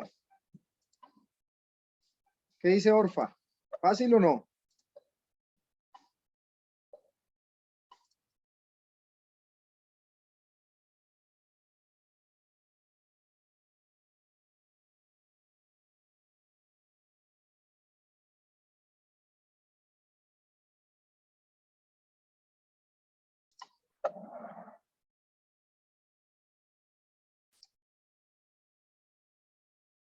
Perdón, ¿ustedes me estaban escuchando ahorita o no? Sí, doctor. Sí, señor. Ah, bueno, porque se me silenció o alguien me silenció. No me querían escuchar. Bueno. Tenemos aquí, el recurso es queja. Esa es la definición de queja, señores. Solamente 8 acertaron de los 25. Tenemos que revisar. Vamos con el siguiente. ¿Y cómo quedó la tabla en este momento? Gisela subió al primer lugar. Lady, segundo. Y 56, 42, 5, 14. Ah, es que ese es el código del juego. Alguien se puso ese mismo nombre. Sigamos. ¿Verdadero o falso? La súplica se surtirán los mismos efectos previstos para la apelación de autos. ¿Verdadero o falso?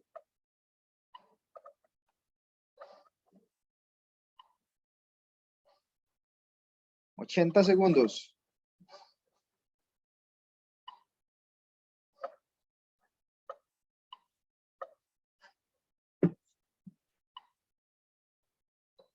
Quedan 9 por responder.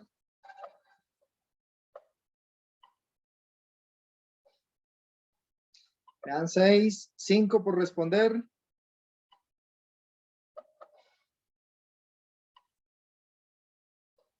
4.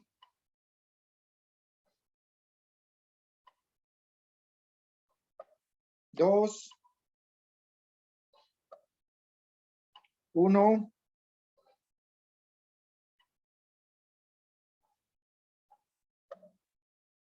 Señores, 15 acertaron. Efectivamente, se conceden los mismos efectos. 10, tenemos que revisar ahí las normas. El artículo 246 reguló, y eso no estaba en el anterior, en la ley 1437, se modificó y se dijo que proceden los mismos efectos. ¿Cómo está la tabla? Lady subió primer lugar. El del código del juego subió al segundo. Joinpa, tercero. Ángela, cuarto. Y Daniela, quinto. Todos subieron. Vamos con el siguiente. Concedido recurso de apelación contra auto que negó intervención de tercero, el juez podrá continuar con el trámite del proceso. Respuestas. Sí, el recurso de apelación procedente se concede en el efecto devolutivo. No, el recurso se concede en el efecto suspensivo. No procede recurso de apelación contra ese tipo de decisión. El juez deberá suspender el trámite del proceso. ¿Cuál es la respuesta correcta?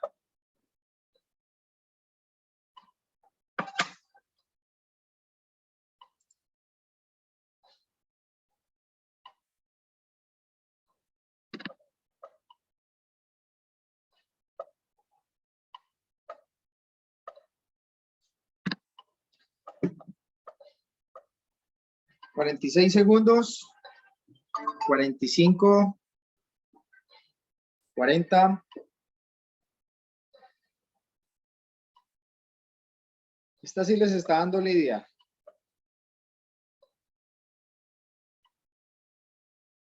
Sí, doc.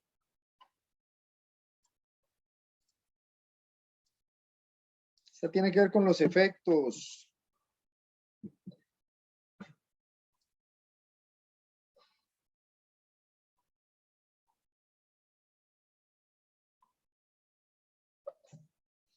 ¿20 respuestas? 6 segundos. 5, 4, 3, 2, 1. Tiempo, señores.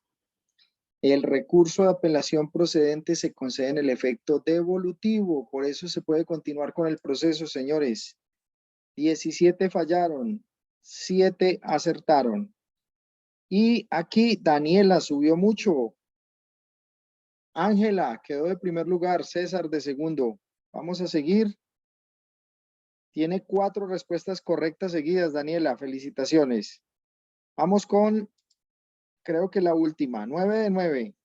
Si fuere presentada apelación adhesiva dentro del término de ejecutoria del auto que admite la apelación, el superior debe rechazar la adhesión por extemporánea, admitir la apelación adhesiva, correr traslado a los demás sujetos procesales, tener por no presentada la apelación adhesiva.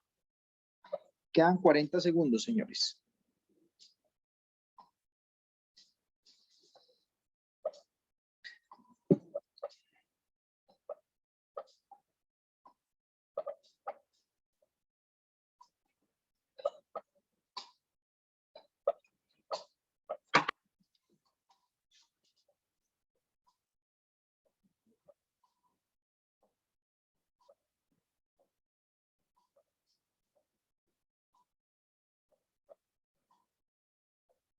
Ocho segundos. Faltan 5 personas por responder. 4 segundos. 3 segundos. 2 segundos. Terminamos, señores. Admitir la apelación adhesiva. Respuesta correcta. 12 personas acertaron. 12 personas fallaron. Bueno, señores, el podio. Ivonne Yanten, tercer lugar. Segundo lugar, 564-25-14. Y primer lugar, Ángela. Felicitaciones, Ángela. Aplausos para Ángela. A ver, los compañeros, hay que reconocer. A ver, aplausos para Ángela. Bueno. Y tenemos aplausos, aplausos. Bueno, señores. Entonces, ahí hay una medición frente a lo que conocemos de los recursos. Yo aquí quiero indicarles varias cosas. Voy a dejar de compartir. Déjenme aquí, yo dejo de compartir y apago esta musiquita.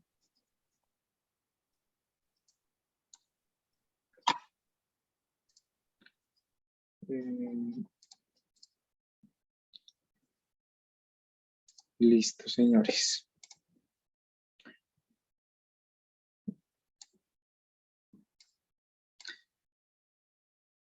Vamos a hacer varias cosas.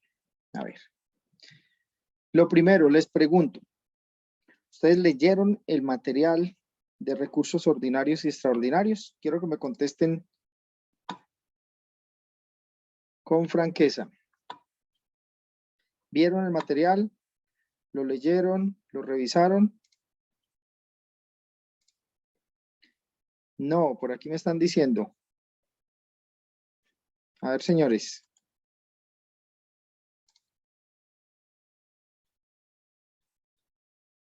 Aquí un segundo.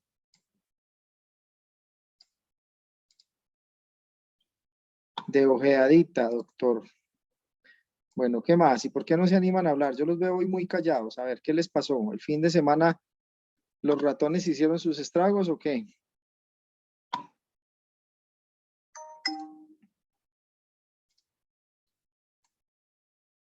Señores.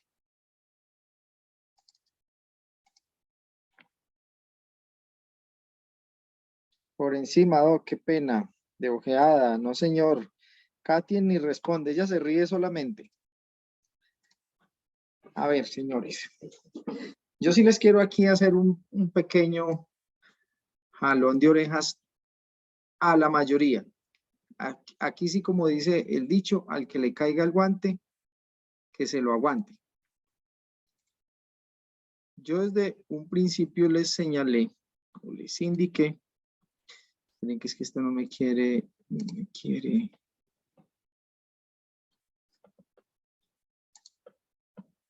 activar. Vamos a ver si ahora sí. En este momento, ¿ustedes qué están viendo en la pantalla? Perdón. Si alguien me dice. La tabla del juego. ¿La qué? La tabla del juego. La tabla del juego. Es que el sistema parece que se hubiese bloqueado porque no me deja deshabilitar ese uso compartido de pantalla. Vamos a ver. Voy a quitarlo. Bueno, voy a compartir y luego quito dejar de compartir. Yo creo que ahora sí. Ahora sí, ¿cierto? Sí, señor. Bueno, listo. Señores, entonces quiero hacerles un llamado. A ver, ustedes están en una especialización virtual. Se supone que estos encuentros sincrónicos no deberían ser para yo darles una conferencia magistral o una charla magistral o pasarles unas diapositivas, sino que lo aprovechen a efectos de poder resolver inquietudes. Si yo tengo que empezar desde cero digamos, a darles un repaso, un pasón por todos los temas, pues obviamente que les voy a dar prácticamente lo básico. Y la idea es que ustedes en especialización, pues obtengan el conocimiento más avanzado, no sobre los temas básicos, sino sobre los temas problemáticos que se presentan en la jurisdicción. Yo me podría aquí sentar con ustedes a decirles, el recurso de apelación es este, el recurso de reposición es este, el artículo que regula la apelación es este, el que regula la reposición es este, los cambios que hay en esos recursos son estos y estos y estos. Pero para decirlo, digamos francamente, eso ustedes lo encuentran en videos, lo encuentran en escritos, lo encuentran en la doctrina, lo van a ver en muchos lugares y bastaría simplemente que yo les subiera el material como en efecto ustedes ya lo tienen. Ustedes en la plataforma, en este momento estoy entrando y ustedes tienen allí distintos documentos. En materia por lo menos de recursos ordinarios y extraordinarios tienen varios documentos y entre ellos una conferencia que este pechito dio hace un tiempo, en marzo, sobre las modificaciones más importantes y relevantes de la ley CAT 2080 sobre la ley 1437. La idea mía era, pues, o es, en este tema de recursos, contestarles a ustedes todas las dudas e inquietudes que les genere la lectura de los documentos y que les genere la revisión del video. Para que no nos desgastemos, pues yo viniendo a hablarles aquí lo mismo que hago en el video. Yo podría coger la presentación que utilicé para hacer el video y sentarme aquí a decirles, repetirles el video, o incluso sentarme y ponerles y rodarles el video. Pero esa no debe ser o no es el deber ser.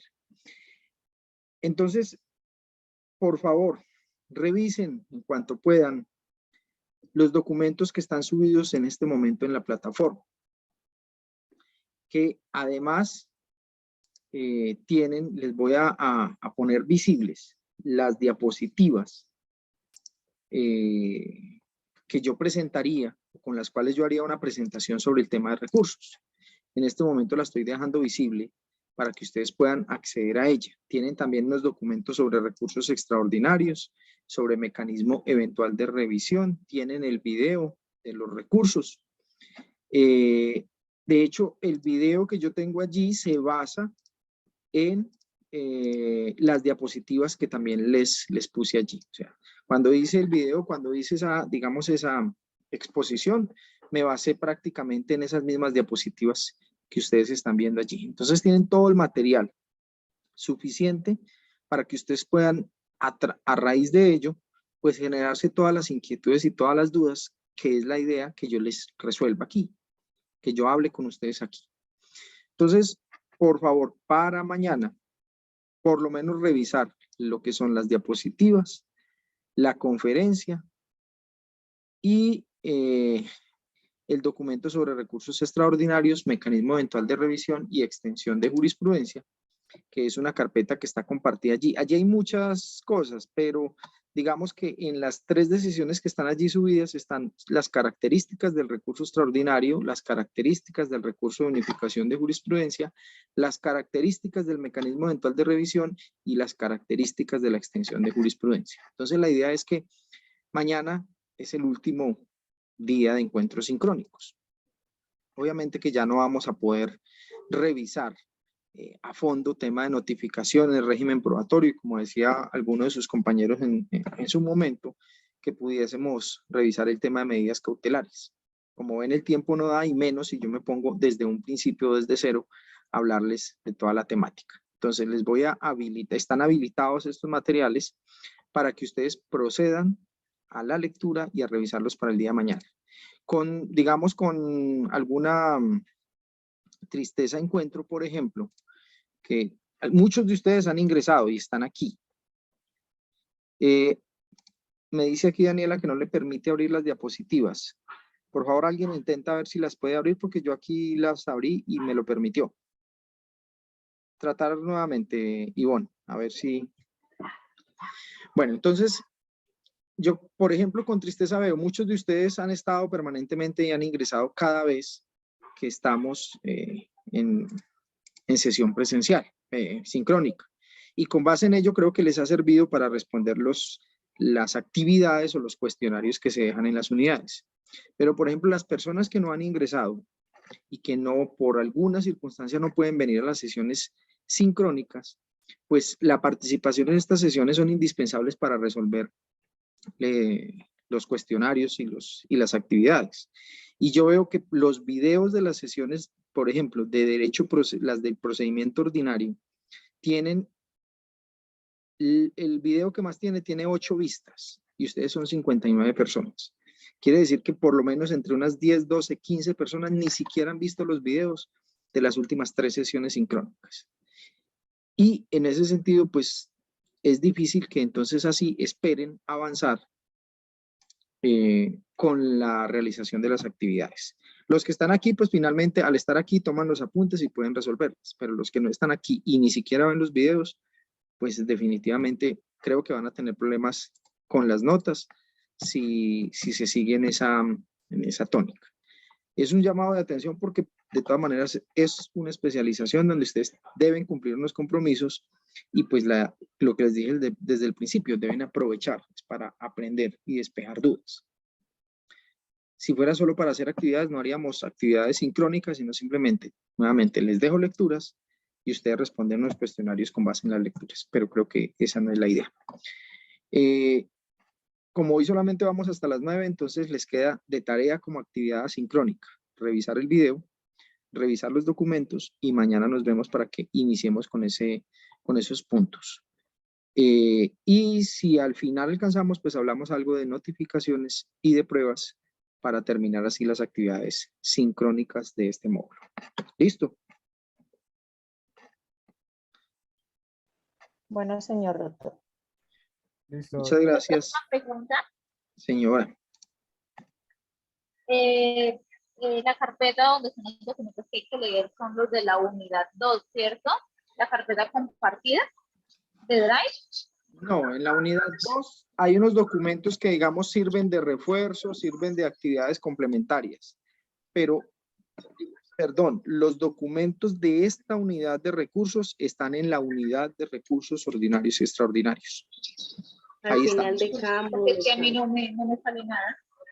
Al final, compañera. De pronto al final, búsquelo al final. 2, ¿mañana a qué hora, perdón? A las 6 de la tarde también. Mire, por favor entren a la unidad 4 de recursos ordinarios y extraordinarios. El primer documento que ustedes ven allí, que está visible, dice recursos ordinarios con la reforma a la ley 1437, a través de la ley 2080. ¿Sí? Esa es una presentación. Luego tienen una carpeta que dice documentos sobre recursos extraordinarios, mecanismo eventual de revisión y extensión de jurisprudencia. Luego tienen el enlace al video en el cual yo hablo de las reformas y de los recursos ordinarios en el CEPAC. Y cuarto, tienen una jurisprudencia sobre la importancia de sustentar debidamente los recursos. Esos son los 4 materiales que ustedes tienen y que de hecho han tenido disponibles, salvo las diapositivas, el resto de todos los han tenido disponibles desde la semana pasada. Entonces, por favor, leerlos, revisarlos y mañana venimos a absolver inquietudes o dudas en relación con ello. ¿Pudiste acceder?